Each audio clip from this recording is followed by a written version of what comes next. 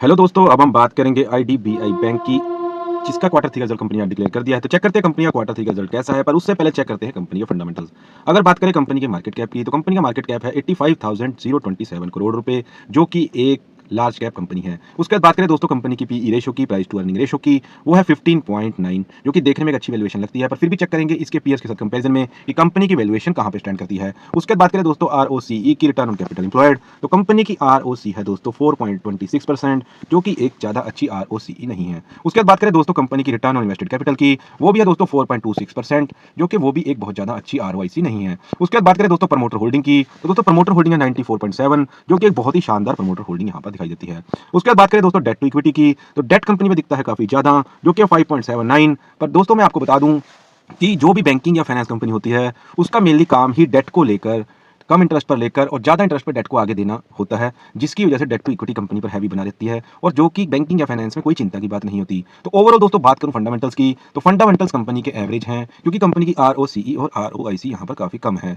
उसके बाद दोस्तों चलते हैं कंपनी की वैल्यूएशन पर, देखते हैं कंपनी की वैल्यूएशन अपने पीयर्स की, अपने सेक्टर की अदर टॉप कंपनीज के कंपैरिजन में कहां पर स्टैंड करती है। अगर दोस्तों बात करें एचडीएफसी बैंक की, तो एचडीएफसी बैंक की पीई रेशियो है 19.02, आईसीआईसीआई बैंक की है 16.68, कोटक महिंद्रा बैंक की है दोस्तों 20.57, वहीं बात करें आईडीबीआई बैंक की, तो उसकी है 15.92। तो अगर दोस्तों बात करें कंपनी की वैल्यूएशन की, तो अपने सेक्टर की टॉप कंपनीज के कंपैरिजन में कंपनी की वैल्यूएशन बहुत ही शानदार है। उसके बाद बात करें दोस्तों कंपनी के बुक वैल्यू की, वो भी दोस्तों इस साल बढ़ गई है, जो कि पिछले साल 39.59 थी, इस साल बढ़कर 43.08 हो गई है, जो कि कंपनी के लिए अच्छी बात है। उसके बाद चलते हैं दोस्तों क्वार्टरली रिजल्ट पर, जिसके लिए मेनली हमने वीडियो बनाया है। देखते हैं कंपनी के क्वार्टर थ्री के नंबर्स कैसे रहे हैं। तो सबसे पहले दोस्तों बात करेंगे रिवेन्यू की, जो कि दोस्तों पिछले क्वार्टर के अंदर कंपनी ने पेश किया था, वो था दोस्तों 6038 करोड़, जो कि इस क्वार्टर के अंदर बढ़कर 6549 करोड़ का हो गया है।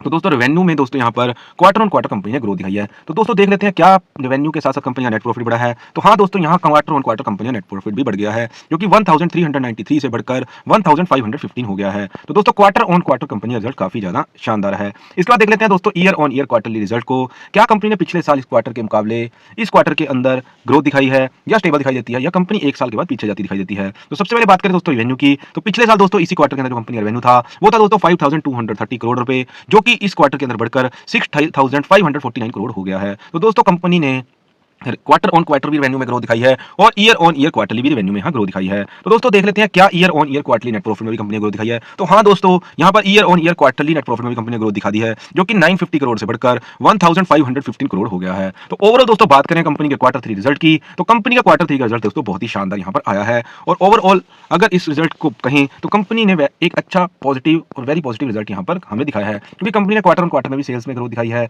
और कंपनी ने क्वार्टर ऑन क्वार्टर रेवेन्यू में भी ग्रोथ दिखाई है, और कंपनी ने ईयर ऑन ईयर भी क्वार्टरली रेवेन्यू में ग्रोथ दिखाई है। और उसके साथ साथ दोस्तों कंपनी ने क्वार्टर ऑन क्वार्टर भी नेट प्रॉफिट में ग्रोथ दिखाई है, और ईयर ऑन ईयर भी क्वार्टरली नेट प्रॉफिट में ग्रोथ दिखाई है। तो दोस्तों ये जो कंपनी का क्वार्टर रिजल्ट है, ये एक बहुत ही शानदार कंपनी ने रिजल्ट पेश किया है। उसके बाद दोस्तों चलते हैं कंपनी के कैश फ्लो पर, तो देखते हैं कंपनी का कैश फ्लो कैसा है। तो दोस्तों यहाँ पर cash flow operating activity company का नेगेटिव है मार्च 2023 के बाद, पर बैंकिंग और फाइनेंस कंपनीज में नेगेटिव कैश फ्लो से कोई दिक्कत नहीं रहता, क्योंकि कंपनी का बेसिकली काम ही होता है कैश को आगे देकर उसके ऊपर इंटरेस्ट जनरेट करना, और पीछे से कम इंटरेस्ट पर कैश को लेना, जिस वजह से डेट टू इक्विटी रेशियो भी कंपनी की ज्यादा बनी रहती है, और कैश फ्लो का आउटसोर्सिंग होने की वजह से कंपनी की बुक्स में कैश फ्लो भी नेगेटिव बना रहता है। तो ओवरऑल दोस्तों बात करें तो कैश फ्लो नेगेटिव होने से यहाँ कोई दिक्कत नहीं है। उसके बाद बात करें दोस्तों कंपनी के शेयर होल्डिंग पैटर्न की, तो दोस्तों यहाँ प्रमोटर होल्डिंग है 94.72%, जो कि पिछले क्वार्टर में भी दोस्तों इतनी ही थी। तो यहाँ किसी भी तरह से प्रमोटर होल्डिंग ना तो कम की गई है, ना दोस्तों यहाँ प्रमोटर होल्डिंग बढ़ाई गई है। तो ओवरऑल दोस्तों बात करें कंपनी के फंडामेंटल्स की, तो दोस्तों कंपनी के फंडामेंटल्स दोस्तों यहाँ पर एवरेज हैं। उसके बाद बात करें दोस्तों कंपनी की वैल्यूएशन की, तो वैल्यूएशन इस टाइम कंपनी की काफी अच्छी है। उसके बाद बात करें दोस्तों बुक वैल्यू की, तो पिछले साल के मुकाबले इस साल दोस्तों बुक वैल्यू भी बढ़ गई है। उसके बाद बात करें दोस्तों क्वार्टर थ्री के नंबर्स की, तो क्वार्टर थ्री के नंबर्स का जो रिजल्ट है दोस्तों काफी ज्यादा पॉजिटिव आया है, क्योंकि कंपनी ने क्वार्टर ऑन क्वार्टर भी रेवेन्यू में ग्रोथ दिखाई है,